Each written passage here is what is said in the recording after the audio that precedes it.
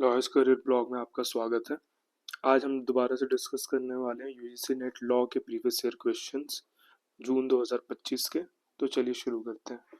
पहला क्वेश्चन है, which of the following statement are not correct in respect of US constitution. Option number 1 है, mode of amendment is given in article 4।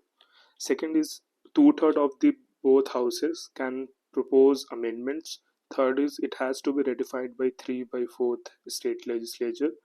And this constitution cannot be amended by convention. अब हम देखेंगे कि US constitution में amendment का provision कहाँ पे है और हम डिटेल में देखेंगे कि कौन कौन से जो ऑप्शंस है वो सही होंगे। तो आर्टिकल 5 जो है यूएस कॉन्स्टिट्यूशन का, वो अमेंडमेंट की बात करता है। The Congress, whenever 2/3 of both houses shall deem it necessary, shall propose amendments to this constitution on the application of the legislature of 2/3 of several states, shall call a convention for proposing amendments, which in either case shall be valid to all intent and purposes as part of this constitution when ratified by legislature of 3/4 of several states। ठीक है। Mode of amendment is given in Article 4. Wrong. Article 5 है, 2/3 of both houses can propose amendment. 2/3 of both houses can amend, ये सही है। It has to be ratified by 3/4 state, सही है। Constitution cannot be amended by Constitution, ये गलत है। तो B and C is correct, A and D is wrong। तो option 2 is correct। चलिए आगे दूसरे क्वेश्चन पे चलते हैं। दूसरा क्वेश्चन है, Which of the following statement are correct in context of standard form of contract। हम देखेंगे कि standard of form of contract में क्या क्या चीज़ें इंपॉर्टेंट है, क्या क्या चीज़ें होनी ज़रूरी है। ऑप्शन है, notice should be contemporaneous with consent. B is, there should be reasonable notice of the contractual term. C is, there should be misrepresentation, there should no misrepresentation. The parties are not bound if the terms are contained in a contractual document. And E is, the contract with the standard term may be drafted by one party and on the same term contract may be made by numerous person। So अब हम देखेंगे कि standard form of contract होता क्या है। पहला जो है, notice of term must be given before और at the time of contracting, otherwise the party is not bound. ये जजमेंट जो था ओले वर्सेस मालबोरो कोर्ट लिमिटेड का था 1949 का।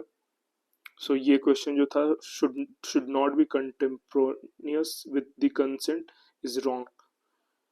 Reasonable notice of term is essential. दूसरा जो था, there should be a reasonable notice of the contractual term, सही है। If a party is induced to contract by misrepresentation the standard form contract is voidable. तो there should be no misrepresentation, कोई भी contract में misrepresentation नहीं होना चाहिए, ये भी सही है।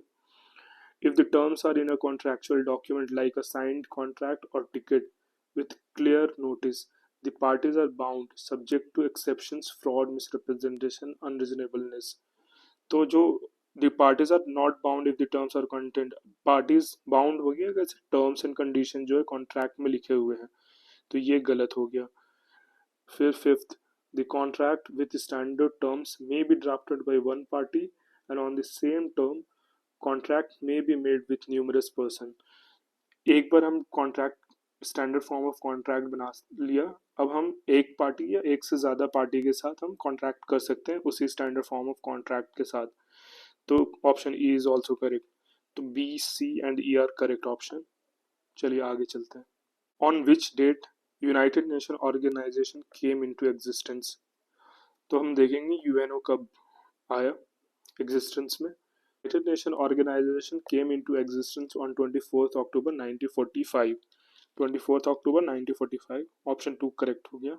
थोड़ा सा और डिटेल में देख लेते हैं। द यूएन चार्टर जो था वो सैन फ्रांसिस्को कॉन्फ्रेंस में साइन हुआ था ऑन 26 जनवरी 1945 में, और रेटिफाई हुआ था 5 मेंबर्स से। 5 परमानेंट मेंबर थे। 5 परमानेंट मेंबर कौन कौन थे? चाइना, फ्रांस, यूएसएसआर, यूके और USA, along with a majority of other signatories। ये क्वेश्चन भी हमारा कंप्लीट हुआ। हम चलते हैं नेक्स्ट क्वेश्चन पे। नेक्स्ट क्वेश्चन जो है वो है ऑथर्स और टाइटल ऑफ बुक को मैच करना है। तो हम देखेंगे कौन कौन से ऑथर ने क्या लिखा है। इंटरनेशनल ह्यूमैनिटेरियन लॉ लिखा है Emily Crawford and Alison Port ने। Emily Crawford and Alison Port ने लिखा है international law, international humanitarian law. The universalism of human right is written by Rainer Arnold. Biopiracy Vandana Shiva ने लिखा है। And the culturalisation of human rights लिखा है Frederico लेंजेरेने ने। तो इनका हो गया ये। तो कौन सा क्या सही हो रहा है? ए का ऑप्शन आपका सही हो गया। चलिए नेक्स्ट क्वेश्चन पे चलते हैं। दूसरा भी question match of the following है। जुडिशियल डिसीजन को इश्यूज से मैच करना है। State of Gujarat versus Reliance industry का केस जो था वो ग्रीन सेस से रिलेटेड था। Municipal corporation Ghaziabad versus controller of pollution control board जो था उसका जो केस था वो issue of management of sewage treatment से था। Hanuman Laxman Aroskar versus Union of India जो था वो case related to environmental clearance granted for airport project in Goa, highlighting lapses in the environmental impact assessment. और Ridhima Pandey versus Union of India जो था एक minor girl थी, ऑफन कॉल्ड इंडिया से Thunberg, Greta Thunberg, seeking action against the government for failing to address climate change under the Paris Agreement। तो ए का जो हो गया वो 4 हो गया वो 1 हो गया, डी का जो था वो एंड डी का जो था वो 2 हो गया। तो ये ऑप्शन 3 जो हो गया वो सही हो गया। नेक्स्ट क्वेश्चन जो है which of the following does not relate to the concept of absolute liability. तो एब्सोल्यूट लाइबिलिटी इंडिया में जो इवॉल्व हुई है ये डॉक्ट्रिन, हम देखेंगे कौन कौन से लैंडमार्क जजमेंट्स हैं ऑफ एब्सोल्यूट लाइबिलिटी के। पहला जो केस था वो MC Mehta versus Union of India का था जिसको ओलियम गैस लीक केस भी कहते हैं। इसमें ऑनरेबल जस्टिस पीएन भगवती ने फॉर्मुलेट किया था ये प्रिंसिपल जो कि ड्रेलिन वर्सेस फ्लेचर के स्ट्रिक्ट लाइबिलिटी वाले कॉन्सेप्ट से आया था। इन्होंने यहाँ पे प्रोपाउंड किया था एब्सोल्यूट लाइबिलिटी। दूसरा केस है union carbide corporation versus Union of India, Bhopal gas disaster case जो था ये दूसरा केस था जहाँ पे एब्सोल्यूट लाइबिलिटी को हमने रीइटरेट किया था। थर्ड जो केस है Indian council for इन्वायरो legal actions versus Union of India, बिचरी विलेज केस भी कहते हैं इसको, जिसमें बिचरी विलेज में उदयपुर डिस्ट्रिक्ट ऑफ राजस्थान में सेवरल केमिकल इंडस्ट्रीज जो थी वो रिलीज कर रही थी टॉक्सिक स्लज को into this soil ground water and causing severe environmental damage. इसमें भी एब्सोल्यूट लाइबिलिटी को रीट्रेट किया गया था। फोर्थ जो है Vellore citizen welfare forum versus Union of India, और फिफ्थ जो है एमसी मेहता वर्सेस कमलनाथ, जिसमें प्राइवेट कंपनीज जो थी वो डाइवर्ट कर रही थी कोर्स ऑफ बियास रिवर जो थी for commercial purposes causing ecological damages.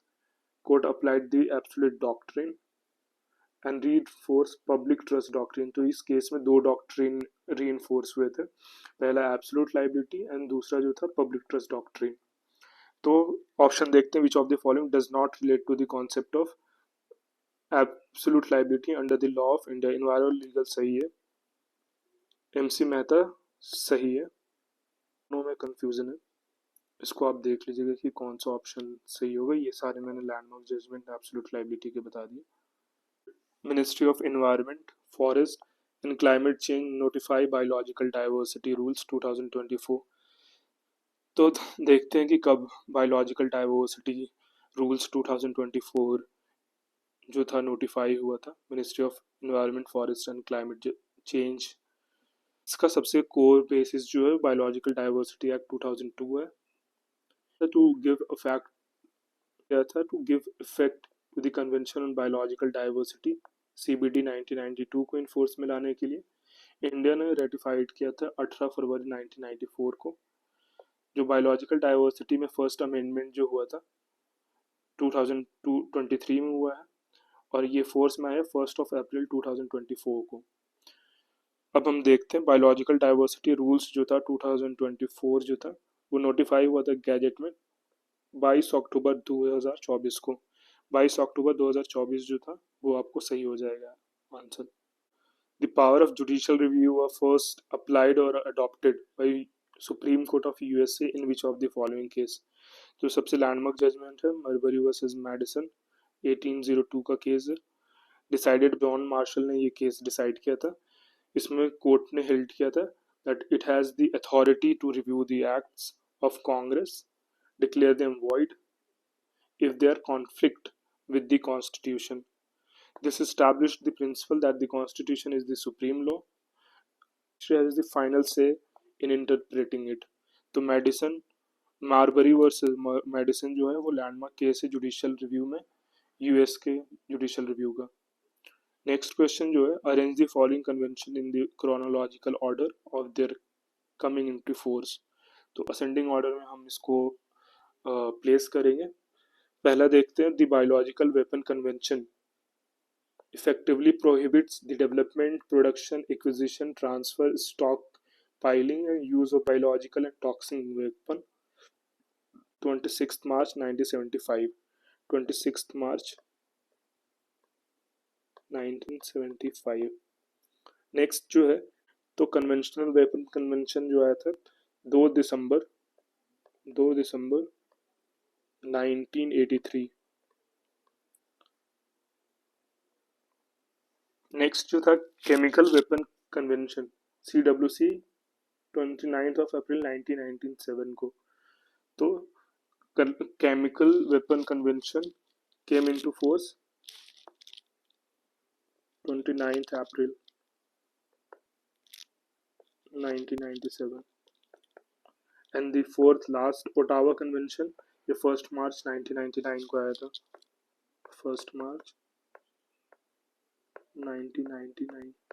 तो हम इसको असेंडिंग ऑर्डर में लगाएंगे ACBD. तो ये ऑप्शन 2 जो हो गया वो करेक्ट हो गया. लास्ट क्वेश्चन जो है, which of the following Canadian legislation does not have provision related to federation. तो देखेंगे कनाडा में फेडरेशन का कौन कौन सा प्रोविजन है. तो फर्स्ट जो है कॉन्स्टिट्यूशन एक्ट 1867, जिसको हम ब्रिटिश नॉर्थ अमेरिकन एक्ट भी कहते हैं 1867 का. तो 2 एक्ट हो गए, एक 1867 का कॉन्स्टिट्यूशन एक्ट और नॉर्थ अमेरिका एक्ट 1867. ये क्या करता था, इस्टेब्लिशेस कनाडा से federation and division of powers. तो ये जो एक्ट था कॉन्स्टिट्यूशन एक्ट 1867 या British north America act 1867 establish करता था कनाडा के फेडरेशन को और डिवाइड करता था पावर्स को. दूसरा जो है constitution act 1982 patriated the constitution, added the charter of rights and freedoms and established the amending procedure. तो इसमें अमेंडिंग प्रोसीजर ऐड हुआ था, ये हो गया 1982 सही. स्टैट्यूट ऑफ वेस्ट मिनिस्टर 1931 भी जो था वो फेडरलिज्म से कनेक्टेड था. तो ये 3 ऑप्शन सही हो गए, ये गलत हो गए. तो हमारे क्वेश्चन जो थे सारे सॉल्व हुए. Thank you for watching. Please like, subscribe and get notified. Thank you so much.